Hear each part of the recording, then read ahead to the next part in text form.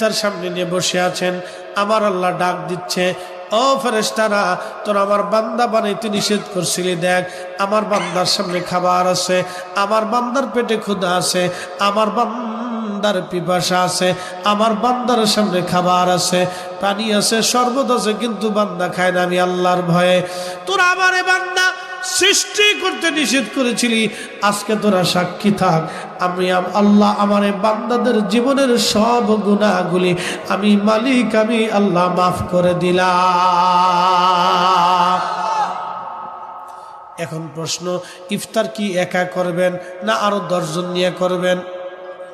আরো 10 জন নিয়ে করবেন। বলে হুজুর কারণটা কি? আল্লাহ নবী বলেন, সাহাবীরা রে তুমি একা ইফতার করিও না, যদি সম্ভব হয় তোমার রোজাদার ভাইকে একটা খেজুর দিয়ে হলে ইফতার করাও। সাহাবী বললেন, ইয়া রাসূলুল্লাহ, খেজুর দেওয়ার মতো অর্থ আমাদের নাই। এমনও সাহাবী আছে যার কাছে কোনো খেজুর নাই দেওয়ার মতো। আল্লাহ নবী বলেন, যদি তা না পারো অন্তত 1 পেলা দুধ দিয়ে হলেও তুমি ইফতার করাও। আল্লাহ নবী সাহাবী ডাক দিয়ে বলেন, ইয়া রাসূলুল্লাহ, ওই 1 পেলা দুধ দেওয়ার মতো সামর্থ্য আমাদের নাই। আল্লাহ নবী বলেন, সাহাবীরা রে যদি তা না পারো তাহলে অন্তত 1 পেয়ালা পানি দিয়ে হলেও ইফতার করাও। তারপরেও তোমার ভাইয়ের রোজা হোক বা না হোক, তোমার আমল নামায় একটা কবুল রোজার সওয়াব আমার আল্লাহ লিখে দেবে। আল্লাহ নবীকে